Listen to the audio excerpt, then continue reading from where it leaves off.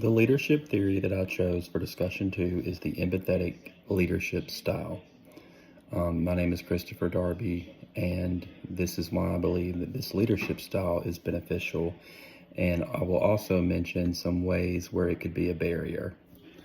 The empathetic leadership style is it's a management style where a boss or a leader in charge uses empathy and understanding the people following them in order to strengthen their goal or what they are going after or what they're willing to achieve.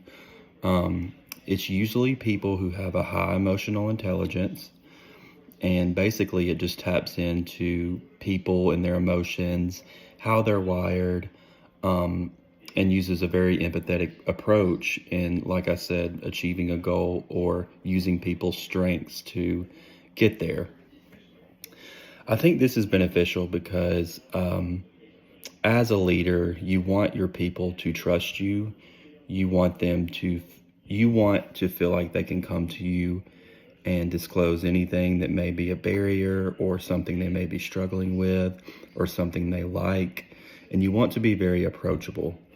And I believe that when you're approachable, you possess traits that are empathetic, because if you empathize with your people and your team, then they are more likely willing to come to you in times of trouble, in times of good, and they're more likely to work with you rather than being intimidated by you. I think that this management style uses a lot of the strengths perspective, which basically is where you tap into someone's strengths, whether you can see it or not right off the bat. You're willing to look and see what they offer and the good that they offer in order to contribute to the team. And I think that's an amazing leadership style because everyone offers a different trait that someone else doesn't possess. We all have different things that make us strong. And when we all come together, we achieve, something great because we're filling in the blanks for each other. So allowing everyone to have strengths that complement each other makes a team, and it makes an effective team, in my opinion. There are some barriers that may be in the way for this approach.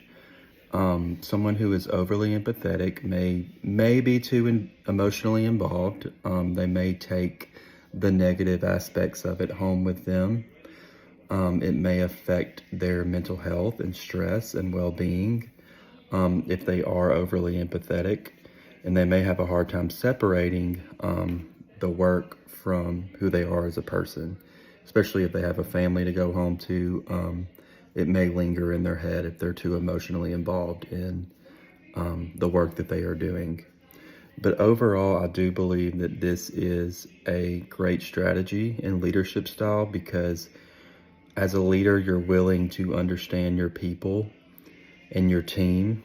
And like I said, I believe that when you're willing to do that, the team is more likely to come and lean on you for support and feel comfortable doing so.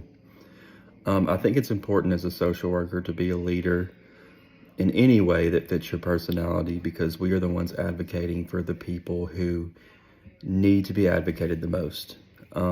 We advocate for populations, for individual people, for bills, overall to make the world a more mentally stable, healthy place. And in order to pull people to their highest potentials, we have to advocate for those people. And however that may look to us based on our personality, I think it's important that we do so and we learn what works best for us in advocating and being a leader to just help people to become the best versions of themselves. And overall, I just believe that empathetic leadership is great because it's about the people more than the process. Once you understand people and once you strengthen your team and your people and you're willing to understand them, then many times the task wanting to be achieved will fall into place.